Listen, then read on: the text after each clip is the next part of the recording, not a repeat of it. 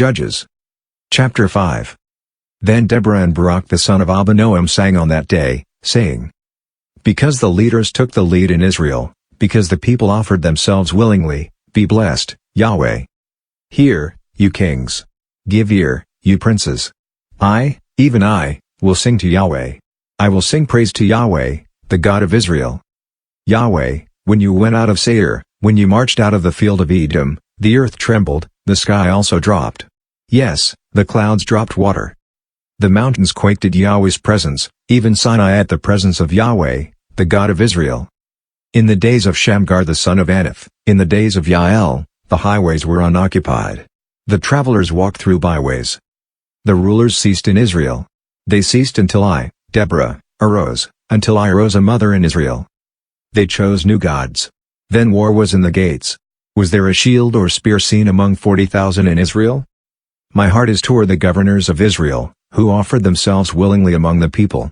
Bless Yahweh. Speak, you who ride on white donkeys, you who sit on rich carpets, and you who walk by the way. Far from the noise of archers, in the places of drawing water, there they will rehearse Yahweh's righteous acts, the righteous acts of his rule in Israel. Then Yahweh's people went down to the gates. Awake, awake, Deborah. Awake, awake, utter a song.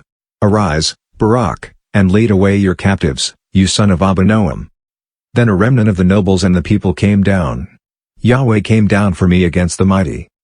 Those whose root is in Amalek came out of Ephraim, after you, Benjamin, among your peoples. Governors come down out of Machir.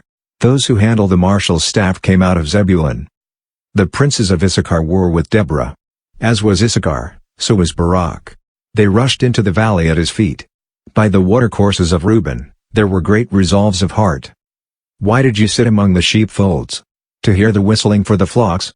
At the watercourses of Reuben, there were great searchings of heart. Gilead lived beyond the Jordan. Why did Dan remain in ships? Asher sat still at the haven of the sea, and lived by his creeks.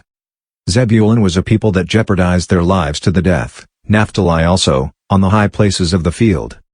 The kings came and fought, then the kings of Canaan fought at Tanakh by the waters of Megiddo. They took no plunder of silver. From the sky the stars fought. From their courses, they fought against Sisera. The river Kishon swept them away, that ancient river, the river Kishon. My soul, march on with strength. Then the horse hoofs stamped because of the prancing of their strong ones. Curse Meroz, said Yahweh's angel. Curse bitterly its inhabitants, because they didn't come to help Yahweh against the mighty. Yael shall be blessed above women, the wife of Heber the Kenite, blessed shall she be above women in the tent. He asked for water. She gave him milk. She brought him butter in a lordly dish. She put her hand to the tent peg, and her right hand to the workman's hammer. With the hammer she struck Sisera. She struck through his head. Yes, she pierced and struck through his temples. At her feet he bowed, he fell, he lay. At her feet he bowed, he fell. Where he bowed, there he fell down dead. Through the window she looked out, and cried. Sisera's mother looked through the lattice. Why is his chariot so long in coming? Why do the wheels of his chariots wait? Her wise ladies answered her, yes, she returned answer to herself. Have they not found, have they not divided the plunder? A lady, 2 ladies to every man, to Sisera a plunder of dyed garments, a plunder of dyed garments embroidered on both sides, on the necks of the plunder?